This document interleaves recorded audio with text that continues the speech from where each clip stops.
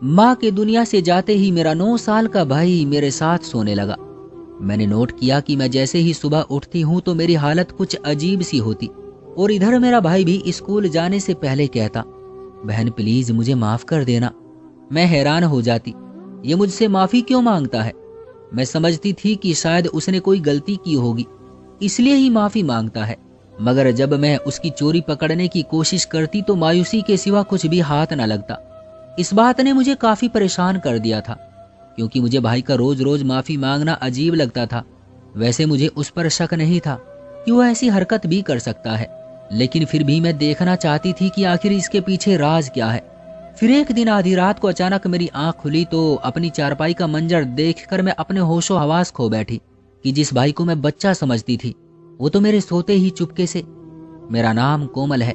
उन दिनों मेरी उम्र लगभग 19 साल थी। हम लोग बहुत ज्यादा गरीब थे, इतने गरीब कि हमारे घर में सोने के लिए बिस्तर के अलावा और कुछ नहीं था, और गर्मियों में सिर्फ एक छोटा सा पंखा, जिससे हवा के नाम पर सिर्फ गुजारा ही होता था। उसके आगे हम लोग सोया करते थे। जिंदगी बहुत मुश्किल थी हमारी, लेकिन फिर भी गुजारनी तो थी ही। हालात की वजह से मैं बहुत पहले से ही पैसे कमाने लगी थी। कभी बच्चों को ट्यूशन पढ़ाती, कभी किसी के घर का काम कर लेती, कभी किसी के कपड़े सीती तो कभी किसी के बच्चे का ख्याल रखती। इस तरह मेरे हाथ में कुछ ना कुछ पैसे आते रहते थे। लेकिन मम्मी अभी जिंदा थी, जो कि लोगों के घर का काम भी किया करती थी और कपड़े भी सिया करती थी। उनको ज्यादा अच्छे कपड़े सीने आते थे। मेरा हाथ भी इतना साफ नहीं था। जिंदगी चल रही थी। पापा इस दुनिया में नहीं थे। मम्मी पापा ने एक दूसरे से मोहब्बत की शादी की थी, लेकिन फिर पापा अपने घर वालों की बातों में आकर मेरी माँ को छोड़कर चले गए। लेकिन उसके 1 साल बाद इस दुनिया में भी नहीं रहे। मम्मी कहती थी कि बहुत मोहब्बत करते थे मुझसे, लेकिन माँ और पत्नी में से उन्होंने माँ को चुन लिया और फिर मेरी याद में तड़प तड़प कर मर गए। पता नहीं, शायद माँ हमें या अपने आप को ये तसल्ली देने के लिए कहती थी। अगर इतने ही मजबूत होते और इतनी ही मोहब्बत करते मेरी माँ से तो कभी छोड़कर ही नहीं जाते। कहते हैं मर्द जिस औरत को अपना बनाना चाहता है उसके लिए पहाड़ भी हिला देता है। उसका ये मतलब है कि वो जिसको अपने साथ रखना चाहता है उसे अपने साथ रखने के लिए कुछ भी कर सकता है। पता नहीं कौन सही कौन गलत, लेकिन पापा के जाने से हमारी जिंदगी तो बर्बाद हो गई। हम लोग यतीम हो गए और गुर्बत ने हमें अपने मुंह में डाल लिया था, जिससे हम अभी तक निकल नहीं पाए थे। मम्मी को देखकर कभी कभी मुझे ऐसा लगता था कि वो मुझसे कोई बात छुपा रही है। अचानक रात को कहीं चली जाती थी, पता नहीं कहाँ जाती थी। मोहल्ले में उनकी एक ही सहेली थी और उसका पति बहुत ज्यादा सख्त था। उसके घर तो नहीं जाती होगी। वो तो दिन में भी मम्मी के आने पर गुस्सा हो जाता था। कहता था कि इसको तलाक हुई है, तुझे भी तलाक करवा देगी। मम्मी मुझे कहती थी कि ये दुनिया बहुत बुरी है, कभी किसी पर भरोसा ना करना। वो मुझे ऐसी बातें बताती रहती थी जैसे उन्होंने कहीं चले जाना है। कहती थी अपने भाई का ख्याल रखना। मेरा भाई 9 साल का था और 4 क्लास में पढ़ता था, लेकिन बहुत ज्यादा शरारती था, इसलिए स्कूल से अक्सर उसे निकाल दिया करते थे। फिर जाकर मुश्किल से माफी तलाफी करके बैठा कर आते थे। समझाते बहुत हैं उसको, लेकिन समझता नहीं था। पता नहीं क्यों इतना शरारती हो गया था। सर पर बाप नहीं था, शायद इसीलिए मुझे लगता था कि मेरी जिंदगी में इतने ही दुख दर्द हैं। पर अचानक से ही एक बहुत बड़ा दर्द मुझ पर टूट पड़ा कि जब मेरी माँ इस दुनिया से चली गई। वो काफी समय से बीमार थी। उनको कोई बहुत बड़ी बीमारी थी, पर कौन सी बीमारी थी ये भी पता न चल सका। लेकिन डॉक्टर का कहना था कि अचानक से इस तरह नहीं होता है। लगता है काफी समय से बीमार थी, पर बताती नहीं थी। और फिर बाद में ये भी पता चला कि रात को छुपकर डॉक्टर के पास भी जाया करती थी। जब तबीयत बहुत ज्यादा खराब हो जाती थी मुझे नहीं जगाती थी कि कहीं मैं परेशान ना हो जाऊं। माँ के जाने का दुख बहुत बड़ा था। किसी की माँ इस दुनिया से चली जाए उससे ज्यादा बड़ा दुख और क्या हो सकता है, और सिर्फ वही समझ सकता है कि जिसके साथ ये सब कुछ होता है, क्योंकि माँ का एक ऐसा रिश्ता है जो कभी भी आपका बुरा नहीं सोचती। मम्मी को अपनी मौत के बारे में पहले ही पता था। इस बात का अंदाजा मुझे तब हुआ जब उनके कपड़े सीने वाली मशीन के अंदर से मुझे एक लेटर मिला। लेटर पर लिखा था कि मैं बीमार हूँ, बहुत जल्द दुनिया से चली जाऊंगी। अपने भाई का बहुत ख्याल रखना। मेरे जाने के बाद तुम्हें उसका ख्याल रखना है। सबसे छोटा है, रात को डरता है, बच्चों के सामने बहुत बहादुर बनता है, मारपीट करता है, लेकिन रात को डरता है और मेरे साथ ही सोता है। अब तुम इसको अपने साथ सुला लिया करना ताकि इसे डर ना लगे। आहिस्ता आहिस्ता ठीक हो जाएगा, मैं तुम्हें क्या कहूँ। मैंने भी मोहब्बत की शादी की थी और मेरा पति भी मुझे छोड़कर चला गया, फिर खुद इस दुनिया में भी नहीं रहा। तुम भी अब अकेली हो, तुम्हारी शादी कौन करवाएगा। किसी पर भरोसा ना करना। तुम्हारा इस दुनिया में सिर्फ तुम्हारा भाई है। यही वो मर्द है जो कभी तुम्हारे लिए बुरा नहीं सोचेगा, तुम्हारी इज्जत की हिफाजत करेगा। और किसी मर्द पर कभी भी भरोसा ना करना। मेरी बात को हमेशा याद रखना। मैं बहुत परेशान थी, कैसे सब कुछ संभाल पाऊंगी। लेकिन मम्मी ने जहाँ ये लेटर रखा था वहां पर कुछ पैसे भी रखे थे। उनका कहना था कि कुछ समय तक तुम्हारा गुजारा हो जाएगा, इसके बाद तुम खुद संभाल लोगी। मुझे पूरा यकीन है, अगर यही पैसे अपने इलाज पर लगा लेती तब भी मैंने मर जाना था, तो फिर तुम लोग खाली हाथ रह जाते। बड़ा अफसोस हुआ मुझे, काश माँ ने बता दिया होता। भाई भी बहुत दुखी था, काफी समय तक रोते रहे। फिर इसके बाद आहिस्ता आहिस्ता सब्र आने लगा। रात हुई तो भाई को कहा कि अब तुम मेरे पास ही सोया करो। वो मेरे कमरे में आकर मेरे बेड पर ही सो गया। कुछ हफ्ते इसी तरह गुजर गए। फिर मुझे उसके स्कूल से शिकायत आई कि वो स्कूल नहीं आ रहा है, लेकिन मैं तो उसे रोज स्कूल भेजा करती थी। मैंने उससे पूछा तो उसने कहा कि दोस्तों के साथ खेलने चला जाता हूँ। मैंने कहा कि ये कोई वक्त है इस तरह के काम करने का। अभी माँ को गए दिन कितने हुए हैं और तुम मेरा खून जलाने के लिए बैठे हो। और कौन सा दोस्त है तुम्हारा जिसके साथ खेलते हो? तुम्हारे बाकी सारे दोस्त स्कूल में होते हैं। वो कहने लगा कि नया दोस्त बनाया है। मैंने कहा तो आज से छोड़ दो दोस्त बनाना, इसमें भी पैसे लगते हैं। अपनी पढ़ाई पर ध्यान दो। मेरी तो पढ़ने की उम्र निकल गई है, तुम तो पढ़ लिख कर कुछ बन जाना। ये ना हो कि तुम भी अनपढ़ रह जाओ। मैं तो कपड़े सी लूंगी, लेकिन तुम क्या करोगे? उसको अच्छी तरह समझा दिया। वो कहने लगा कि तुम्हें अकेला नहीं छोड़ूंगा, फिक्र नहीं करो। मैंने कहा कि मैं अकेली ही काफी हूँ, तुम सिर्फ अपनी पढ़ाई पर ध्यान दो। उसके बाद उसने कहा कि ठीक है, कभी छुट्टी नहीं करूंगा। पहली बार था कि इतनी आराम से उसने बात समझ ली थी, वरना तो समझता ही नहीं था। मैंने उसे प्यार से कहा कि अब हम दोनों ही एक दूसरे का सहारा हैं। हमारे पास वक्त बर्बाद करने के लिए नहीं है, हमने कुछ बनकर दिखाना है, अपनी माँ का नाम रोशन करना है। उसने कहा कि ठीक है। फिर एक दिन सुबह सुबह कुछ बहुत ही अजीब हुआ। जब मैं नींद से जागी तो मेरी हालत बहुत अजीब हो रही थी। ऐसा लग रहा था कि टांगे टूट रही है मेरी। बहुत दर्द हो रहा था मुझे। फिर सोचा कि शायद आजकल ठीक से खाना नहीं खाती हूँ, क्योंकि हमेशा माँ को याद करती रहती थी, रोती रहती थी। भाई के सामने नहीं रोती थी, नहीं तो वो भी उदास हो जाता था। मुश्किल से उठी, भाई के लिए नाश्ता बनाया और उसको स्कूल भेज दिया। उसके बाद भी तबीयत खराब ही रही। तबीयत खराब ही रही तो ऐसा लगा कि जल्दी से कोई डॉक्टर के पास ले जाए। मेरी भी एक सहेली थी जो सामने ही रहती थी, उसके घर चली गई। उसके घर में दर्द की गोली पड़ी थी। उसने कहा कि गोली खा लो और आराम नहीं आया तो डॉक्टर के पास ले जाऊंगी। वो बेचारी भी मजबूर थी, उसके घर के हालात भी अच्छे नहीं थे। उसकी माँ भी उसे हर वक्त कोसती रहती थी कि तेरा रिश्ता हो जाए, क्योंकि वो बहुत ज्यादा मोटी थी। उस वजह से उसका कोई रिश्ता नहीं होता था। जब मेरी तबीयत थोड़ी बेहतर हुई तो वो मुझे मेरे घर ले आई और मेरे साथ ही आ गई। उसने कहा कि तुमसे बड़ी जरूरी बात करनी थी। तुम्हें पता है पिछले दिनों मेरे लिए किसका रिश्ता आया था? मैंने कहा कि वो तो राकेश का आया था। कहने लगी हाँ सही कहा। उसके और ज्यादा बोलने से पहले ही मैंने कहा कि उसके साथ रिश्ता करने से तो अच्छा है कि तुम आत्महत्या कर लो। हाँ, लेकिन मेरी माँ कहती है कि इसके पास पैसे तो हैं, इसलिए उसको घर पर बुला लिया। मैंने अपनी दोस्त को कहा कि तुम्हारी माँ को क्या हो गया, इससे अच्छा तो वो तुम्हें जहर दे दे और उस व्यक्ति के साथ तुम्हारी शादी ना करवाए। लेकिन फिर मेरी दोस्त ने जो मुझे बात बताई वो सुनकर भी मैं हैरान हो गई। मेरी दोस्त ने कहा कि उसने मुझे रिजेक्ट कर दिया। मैंने कहा कि वो पागल है, उसकी शक्ल है तुम्हें रिजेक्ट करने वाली।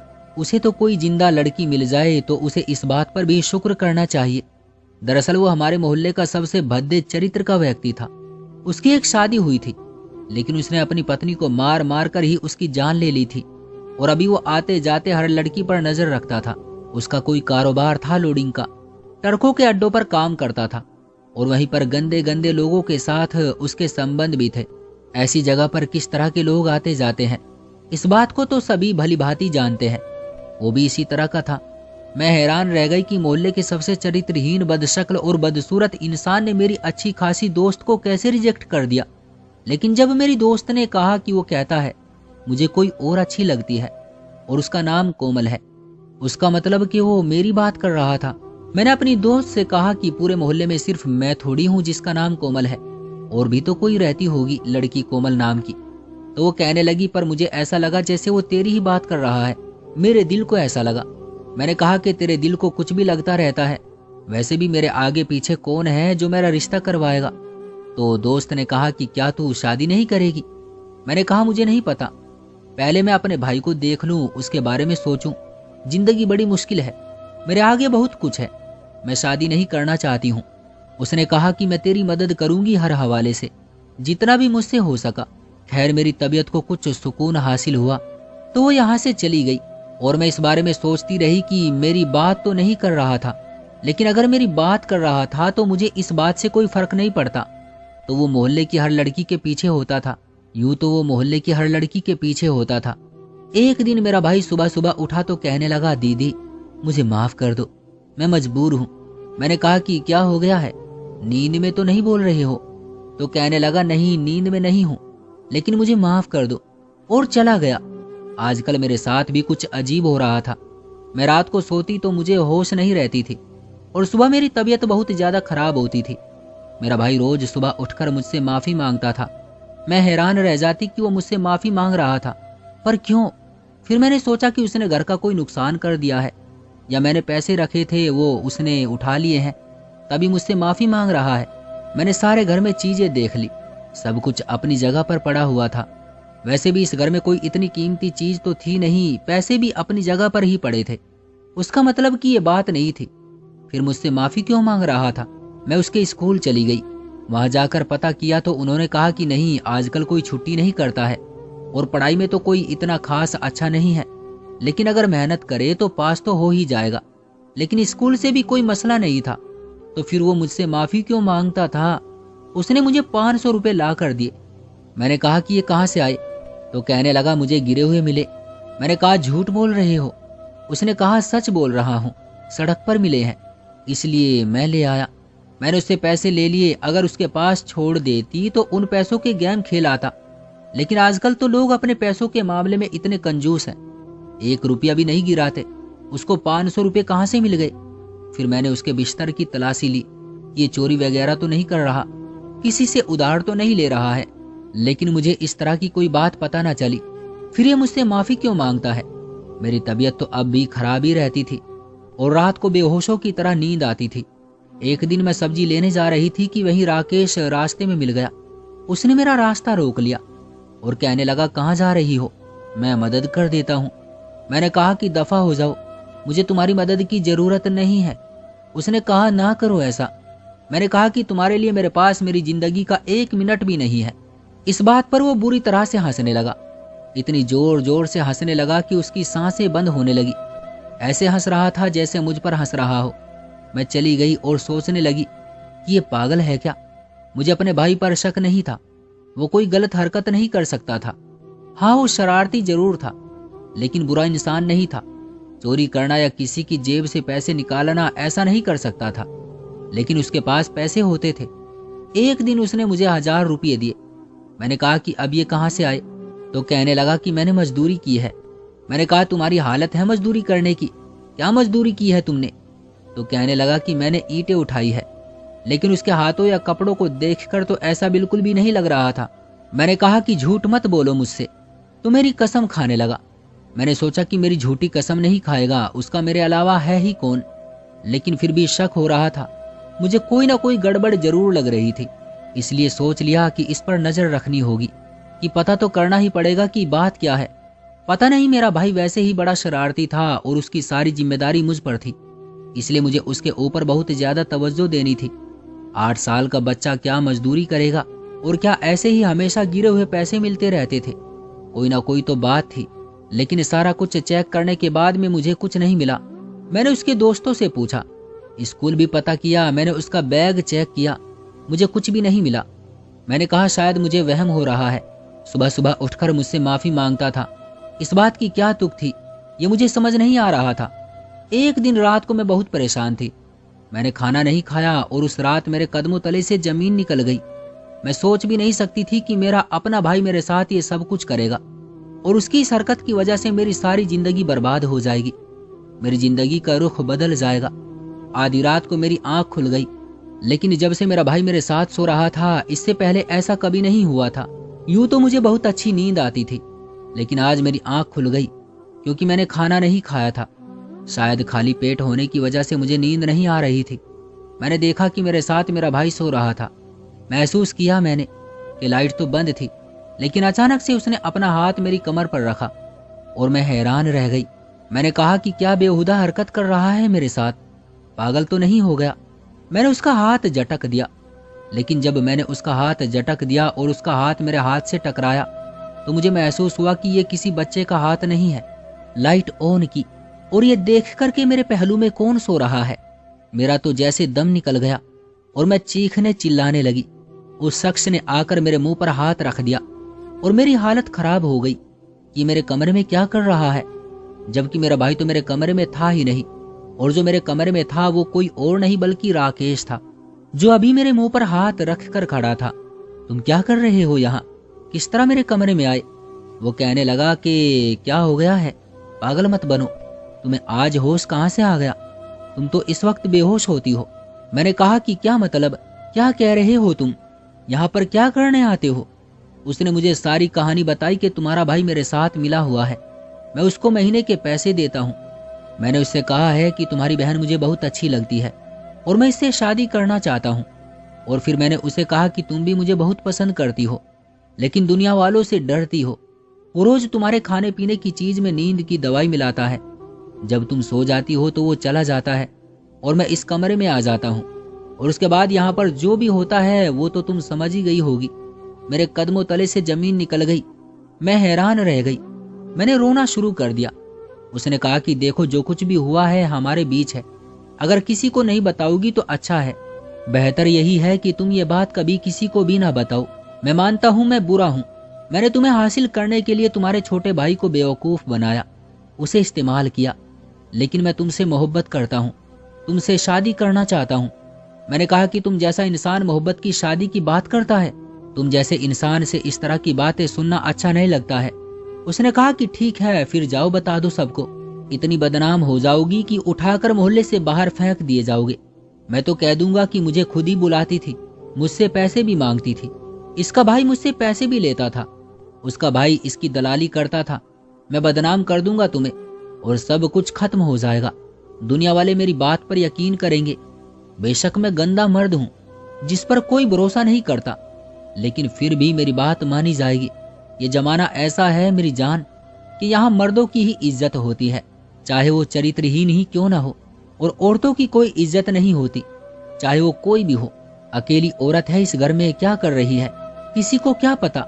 तुम्हारे भाई को एक थप्पड़ लगेगा ना तो सारी कहानी बता देगा, और ये साबित करने में देर नहीं लगेगी कि तुम खुद भी उससे दलाली करवाती थी और मैं तुम्हारा पहला ग्राहक नहीं था। मैंने उसके मुंह पर थप्पड़ दे मारा। थप्पड़ खाकर उसने कहा कि मैं तुमसे 1000 थप्पड़ खा सकता हूँ, लेकिन तुम्हें अभी भी मौका दे रहा हूँ, मेरे साथ शादी कर लो। मैं सारी रात रोती रही, अपने भाई के भी पास गई, उसको बुरी तरह मारा, वो भी रोने लगा। मैंने उसको सारी हकीकत बता देनी थी, लेकिन क्या बताती, उसको क्या पता था कि उसने क्या किया था। क्या वो ये सब कुछ समझ सकता था? उसी को बेवकूफ बनाकर राकेश ने सब कुछ किया था। मुझे समझ नहीं आ रहा था मैं क्या करूं। राकेश के सामने मेरी इज्जत लुट चुकी थी और वो मुझे आसानी से चरित्रहीन बदनाम साबित कर सकता था। मैंने उसके साथ शादी करने की हामी भर ली, लेकिन मैंने उससे कहा कि मेरी कुछ शर्तें हैं। वो ये कि सारे गंदे काम छोड़ दोगे, मेरे अच्छे पति बनकर रहोगे, अगर तुमने कोई गलत काम किया तो मैं खुद खुशी कर लूंगी। उसने कहा कि नहीं, ऐसा बिल्कुल ना करना, मैं तुम्हारे साथ रहना चाहता हूँ, तुम्हारे बगैर नहीं रह सकता हूँ, लेकिन तुम्हें कोई तकलीफ नहीं होने दूंगा। उसने मेरे साथ शादी कर ली। उसने अपना घर बेच दिया और मैंने अपना घर छोड़ दिया। अपने भाई को लेकर हम ये मोहल्ला छोड़ गए। अभी राकेश के साथ ही रहती हूँ, उसकी पत्नी बनकर। पता नहीं, लेकिन उसने मेरे साथ कोई गलत व्यवहार नहीं किया है अब तक। वो घर का खर्चा उठाता है और मेरे भाई की फीस भी करता है, उसको स्कूल भी छोड़कर आता है और उसका ख्याल भी रखता है। जो बात मैं उसे कहती हूँ मान लेता है, जो चीज मांगती हूँ ला देता है। कहता है तुम्हें किसी बात की तकलीफ नहीं होगी।